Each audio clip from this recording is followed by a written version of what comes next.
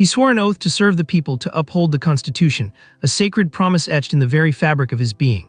Yet behind the polished veneer of public service, Congressman Daniel Wexler was orchestrating a betrayal of epic proportions, selling the nation's secrets to a foreign power.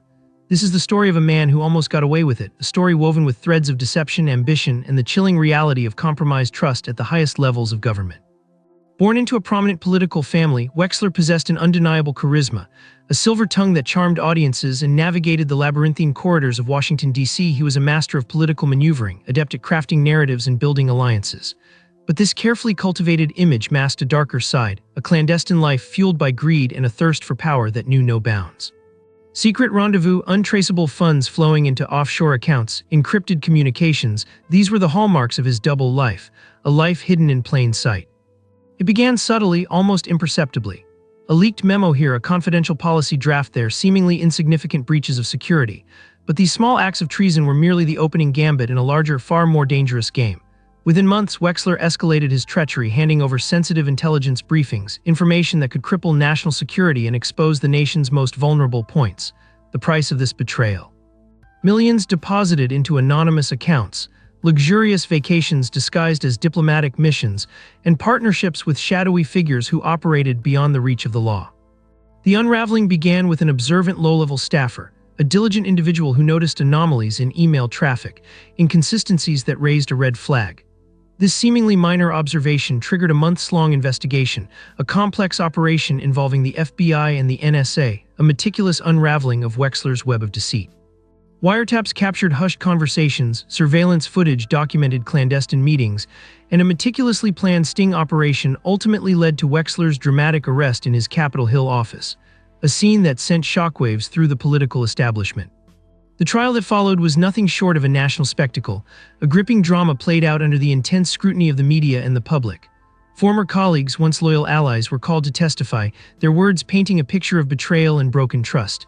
Secret recordings were played in court, chilling audio evidence that exposed the depth of Wexler's treachery. The jury sat in stunned silence as the prosecution meticulously laid bare the scale of the congressman's crimes, revealing the devastating consequences of his actions. Wexler's defense, a desperate attempt to deflect blame, centered on the dubious claim that he was acting in the name of diplomacy, blurring the lines between friend and foe. He argued that his actions were necessary for the greater good, a twisted justification for his actions. However, the overwhelming weight of evidence, the irrefutable proof of his guilt, shattered his feeble defense. The jury, after careful deliberation, delivered a swift and decisive verdict: guilty on all counts. The sentence was harsh, a reflection of the gravity of his crimes: 35 years in federal prison with no possibility of parole. His political career, once so promising, was reduced to ashes. Yet even in the aftermath of this resounding defeat for Wexler, questions linger. Who else was involved? Was he merely a pawn in a larger conspiracy, a lone wolf acting on his own accord, or part of a wider network of corruption? What secrets did he take with him behind bars? What other classified information remains concealed, potentially jeopardizing national security for years to come? This case transcends a simple story of political corruption. It serves as a stark reminder that even in the hallowed halls of power, loyalty can be bought, compromised, and traded for personal gain. The unwavering pursuit of justice, often a long and arduous battle, eventually prevailed in this instance. But the shadow of Wexler's betrayal, the lingering questions surrounding the extent of his network and the potential damage done, will likely haunt the nation for years to come. This is a cautionary tale, a reminder that vigilance and accountability are essential to safeguarding the integrity of our democratic institutions. The fight for justice is an ongoing battle, and the pursuit of truth, however challenging, must never cease. The Wexler case serves as a stark reminder of the fragility of trust and the ever-present threat of those who would betray it for personal gain.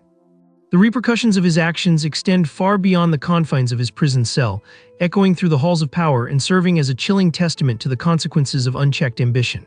The nation's security, its very foundation, was jeopardized by a man who swore an oath to protect it.